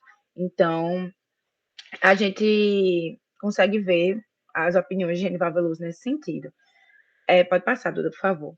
Mas também, nesse sentido do aborto, eu achei importante trazer o ofício número 4867 de 2013, emitido pelo Conselho Federal de Medicina, logo após o primeiro Encontro Nacional dos Conselhos de Medicina, em que esses conselhos, né, tanto o Conselho Federal de Medicina como os outros 27 conselhos regionais, debateram essa questão do aborto, não do aborto, na verdade, dessas excludentes de ilicitude trazidas pelo anteprojeto especificamente, e aí que eles se posicionaram de maneira favorável e trouxeram alguns critérios que os ajudaram a chegar nessa conclusão. Foram 4 critérios, então, sendo o primeiro deles os critérios éticos e bioéticos, em que o Conselho demonstrou reconhecer os atuais limites, né, as atuais excludentes de ilicitude do aborto, com compromissos humanísticos e humanitários, sendo também paradoxais a responsabilidade social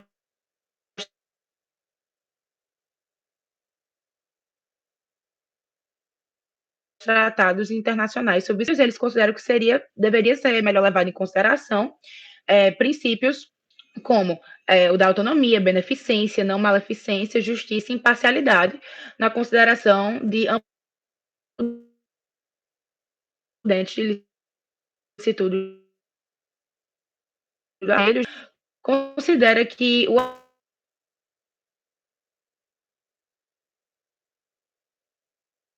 seria facilmente evitável por meio da legalização dessas excludentes. Oi. Não, tudo bem.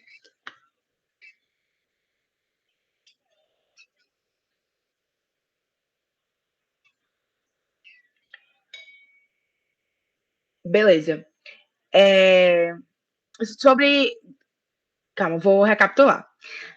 As atuais excludentes, elas seriam incoerentes com princípios humanísticos e humanitários, além de também serem paradoxais à responsabilidade social e aos tratados internacionais subscritos pelo governo brasileiro. E aí, nessa consideração das excludentes, deveriam ser melhor levadas em consideração para o Conselho Federal de Medicina os princípios de autonomia, beneficência, não maleficência e da justiça ou imparcialidade na consideração de novas excludentes do crime de aborto. Agora, tratando-se do critério epidemiológico, o Conselho considera que são de forte impacto na saúde pública os abortos ilegais não seguros, sendo uma relevante causa de mortalidade no país que seria facilmente evitável por meio dessas excludentes. Considerando que o que já nos traz ao critério social, que muitas mulheres se submetem a esses procedimentos inseguros muitas das mulheres que se submetem a esses procedimentos inseguros fazem parte de uma parcela menos favorecida da população e não contam com a devida assistência para realizar esses procedimentos.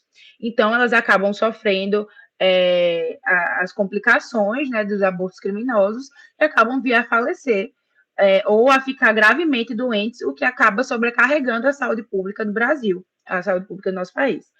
E o último critério seria o critério jurídico.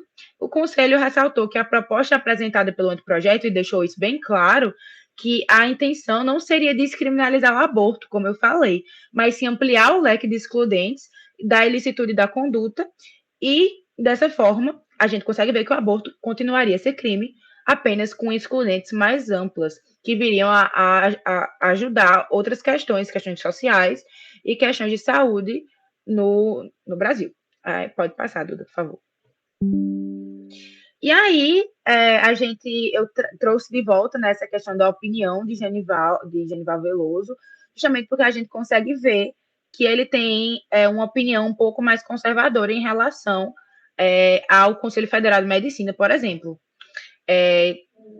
Mesmo ele sendo também médico, mas ele tem essa opinião um pouco mais conservadora. E aí eu trouxe um trecho da obra dele, em que ele fala que o fato de aborto ser uma prática difundida, mesmo ao arrepio da lei, não justifica pura e simplesmente a sua legalização, pois as leis têm sempre, além de sua ação punitiva, caráter educativo e purificador. Seria um risco muito grande excluir a proteção legal, o direito à vida de seres humanos frágeis e indefesos, o que contraria os princípios aplaudidos e consagrados nos direitos humanos. A vida, ele fala que a vida é um bem tão intangível e supérfluo, que é protegido pela Constituição e não deveria deixar de ser protegido no caso dos fetos que ainda estão na vida intrauterina. E aí, enfim, ele tem essa opinião um pouco mais conservadora, né, que ele considera que o aborto não pode ser legalizado a qualquer custo, ele é contra a excludente da licitude de aborto por vontade exclusiva da mulher, por achar muito abrangente. E, num geral, ele é a favor das excludentes atuais que nós temos, né, que seriam o aborto terapêutico, se eu não me engano, que é o aborto, né, no caso de risco à vida da mulher, o aborto em caso de estupro e o aborto em caso de feto anencefalo. Pode passar, Dudu, por favor.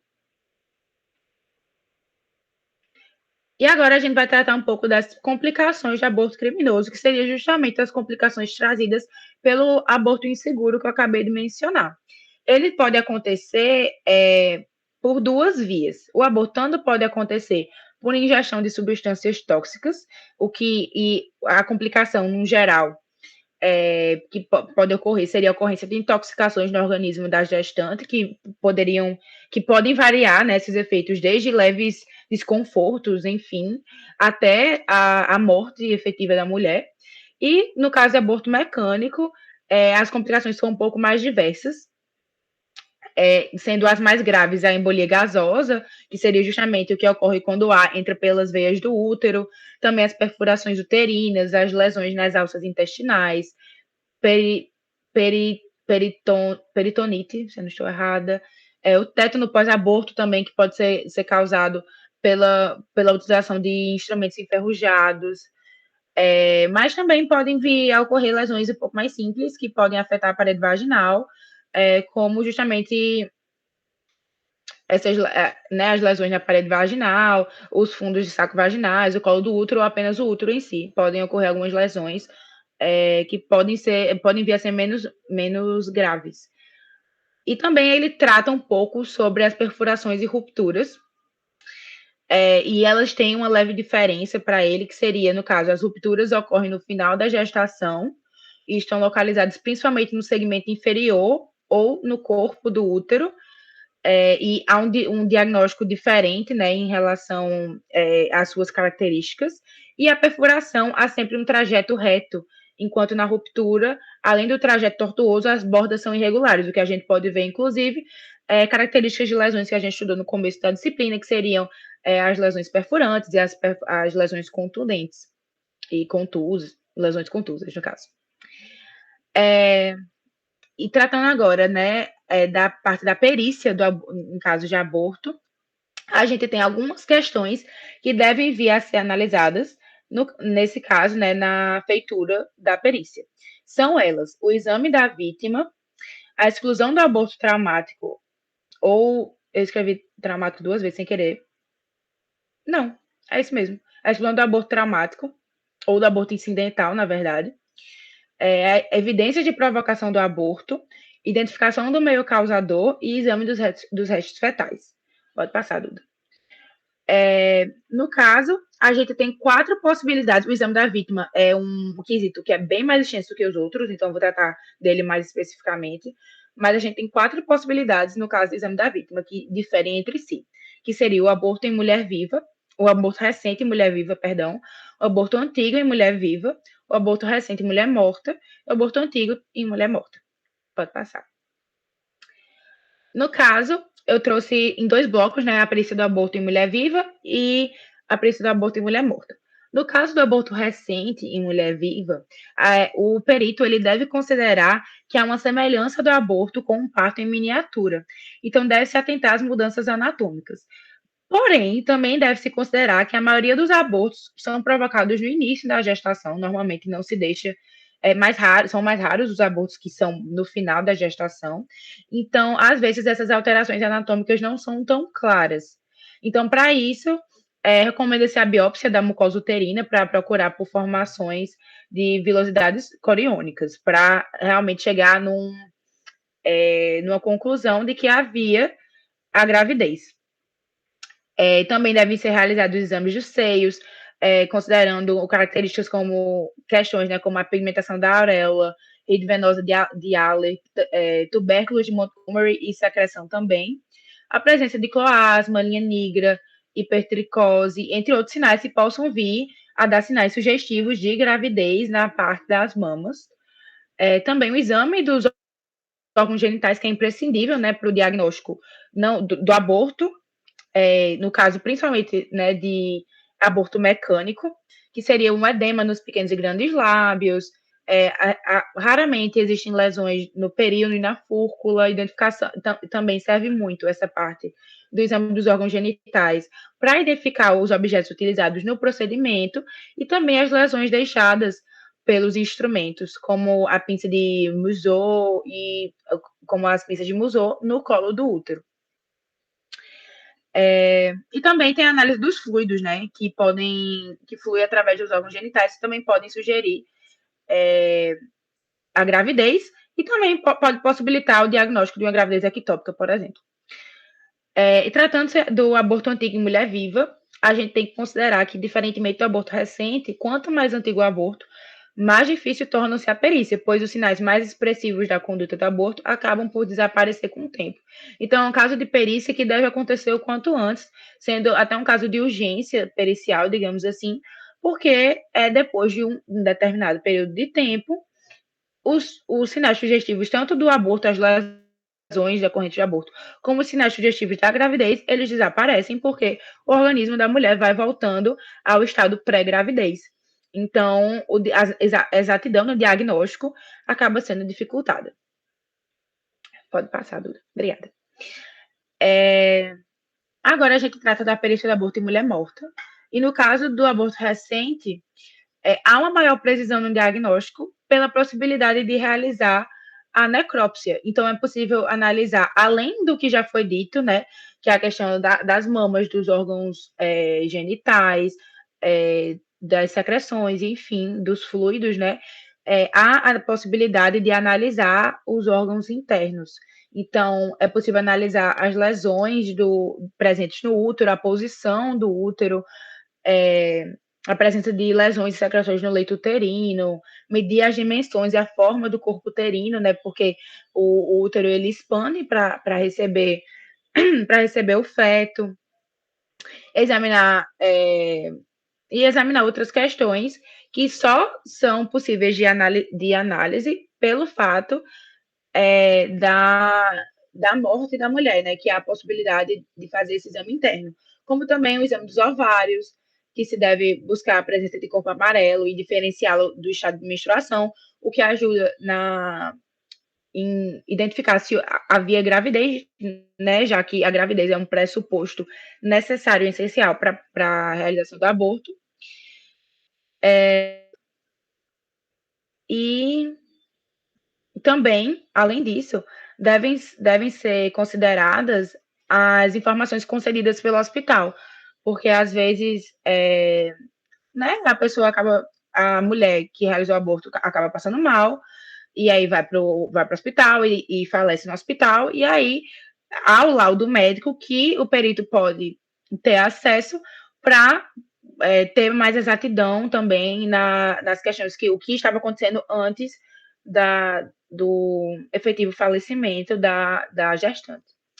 E aí também existem algumas recomendações do professor Jorge Paulet van Hel, no caso do aborto recente em mulher morta. Ele tem algumas recomendações que seriam, primeiro, iniciar a necrópsia antes da putrefação, ou seja, até 12 a 16 horas após o óbito, para evitar que os gases resultantes da decomposição ocasionem falsos resultados de embolia gasosa. Também coletar urina para testes imunológicos, visando o diagnóstico de gravidez, como eu disse, justamente porque a gravidez é pressuposto do aborto. Remover corpos estranhos eventualmente encontrados na vagina ou no colo do útero, como sondas, tampões, até, sei lá, às vezes o próprio instrumento que foi utilizado para realizar o aborto. Realizar radiografias do tórax em busca do sinal do Duncan-Taylor, que seriam imagens de áreas correspondentes à embolia na área de projeção do coração. Verificar também a presença de bolhas na veia cava inferior, abrir o coração no local, a fim de observar se há borbulhamento indicativo de embolia gasosa, né, que, como a gente viu, é uma das possíveis causas de morte. Procurar por sangue espumoso no interior do coração, característico também de embolia gasosa, e coletar material para exame toxicológico e sangue para cultura. Então, o professor Van Hel, ele traz essas... Calma, amiga, volta. Traz essas recomendações para serem realizadas na perícia do aborto recente em mulher morta, para atingir um melhor resultado, né, um resultado mais preciso. E tratando-se de aborto antigo em mulher morta, assim como no aborto antigo em mulher viva, mesmo com a maior possibilidade de investigação, né, por meio da necrópsia, como a gente viu, o diagnóstico ainda é dificultado, porque o corpo da mulher acaba voltando ao seu estado anterior. Pode passar.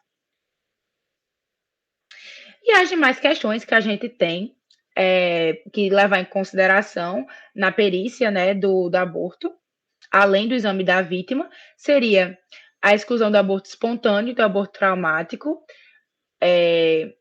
que seria justamente o aborto espontâneo, seria o aborto patológico, que nesse caso, é necessário analisar as patologias da gravidez e as patologias maternas que possam ter causado esse aborto, e aí ele é excluído, né, da esfera de aborto criminoso. E para o aborto traumático, faz necessário analisar as lesões traumáticas existentes no órgão reprodutor feminino, que aí seria um aborto, poderia vir a caracterizar um aborto criminoso, mas não num caso diferente do que se tem quando é por vontade da mulher, que a mulher vai realizar o aborto. Seria uma questão que outro causa o aborto por vontade diversa da mulher, ou até por vontade da mulher mesmo. Também tem-se as evidências da provocação do aborto, que são alguns principais aspectos, né? A evolução do aborto e as lesões maternas, sendo as mais comuns produzidas por ação química, térmica ou mecânica. Também tem-se a identificação do meio causador, que seria a indicação do instrumento ou meio empregado na prática abortiva, com o objetivo de buscar a identificação com a prática ou com a vítima. E também o exame dos restos fetais, que seria a análise de lesões vitais ou pós-mortem também, para ver em que momento aquelas lesões foram causadas no corpo do feto. E aí tem-se os quesitos da perícia no aborto em mulher viva, né, que é justamente resultado dessas questões que eu acabei de trazer, que seriam os quesitos que devem ser respondidos no laudo de perícia do aborto em mulher viva e mulher morta, que são diversos. No caso do aborto em mulher viva, tem-se se há vestígio de provocação do aborto. Sendo um caso recente, a perícia deve basear-se das modificações deixadas pela gravidez, pelas lesões do colo e dilatação do canal cervical. E também deve-se ainda descrever o material que flui dos órgãos genitais e enviá-lo ao laboratório. Também tem-se que identificar qual o meio empregado, que seria a identificação do meio utilizado para o aborto, que é estritamente essencial a fim de caracterizar a ocorrência do ato doloso de aborto. Também tem-se o quesito de se, em consequência do aborto ou do meio empregado para provocá-lo, a gestante, no caso viva, sofreu incapacidade para as ocupações habituais por mais de 30 dias, ou perigo de vida, ou debilidade permanente, perda, inutilização de membros, sentido ou função, ou incapacidade permanente para o trabalho, ou enfermidade incurável, ou deformidade permanente. O quarto quesito seria se não havia outro meio de salvar a vida da gestante, e o quinto, se a gestante é alienada ou débil mental ou menor de 14 anos, porque nesse caso a pena para quem comete o aborto é maior, porque a gestante não está em condições de autorizar o aborto. Pode passar. Já a perícia em casos de mulher morta, tem-se esses quesitos que o primeiro deles é se houve morte, por mais que pareça óbvio, já que é a perícia em aborto em mulher morta, mas é necessário trazer no laudo pericial a constatação de que a mulher está morta, que houve morte de fato. E o perito, no caso, deverá responder que sim. O segundo quesito seria se a morte foi precedida de provocação de aborto. Então, esse quesito ele tem que ser considerado levando em consideração duas questões. A pré-existência do estado gestacional, como eu disse, né, que o aborto ele tem necessariamente precedido da gestação, e a demonstração da intervenção criminosa. O terceiro seria qual o meio empregado para a provocação do aborto,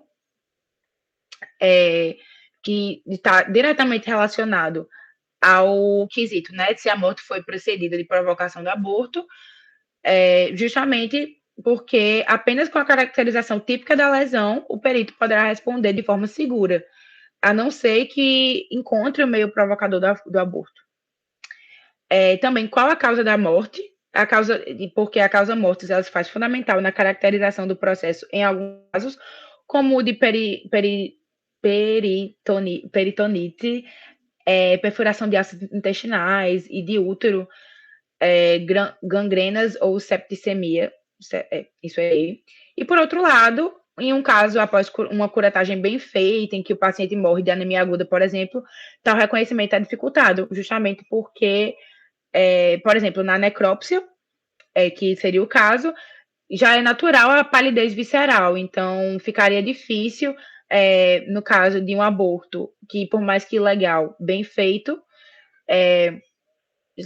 chegar à conclusão que o aborto foi a causa da morte ou não. E o quinto, essa morte da gestante é consequência direta do aborto ou do meio empregado para provocá-lo, como eu acabei de dizer. Esse segundo quesito, né, do meio empregado para provocá-lo, está fortemente correlacionado à existência do aborto criminoso, por mais que, em certas ocasiões, a morte seja determinada pelo próprio aborto. Dessa forma, no óbito por anemia aguda ocasionada pelo descolamento das membranas fetais, por exemplo, o perito terá de responder que o óbito se verificou em consequência do aborto e não do abortamento. A gente já sabe essa diferença. No entanto, se o êxito letal teve como causa uma perionite devida à perfuração uterina, no caso, a morte se deu por causa do meio utilizado a realizar o aborto. No caso, o abortamento e não o aborto em si. Pode passar. E, por fim, eu trouxe o laudo médico legal do aborto, que contém todos esses quesitos. Aqui seria só o protocolo, né? Seria a ordem que esses quesitos são tratados dentro de um laudo médico legal de aborto. E aí, né, tem-se a ordem direitinho, que seria justamente, primeiro, a comprovação da gravidez, segundo, a comprovação de existência de aborto, e aí esse tópico se subdivide em aborto em gravidez incipiente, ausência que trata, né, de ausência de sinais de probabilidade,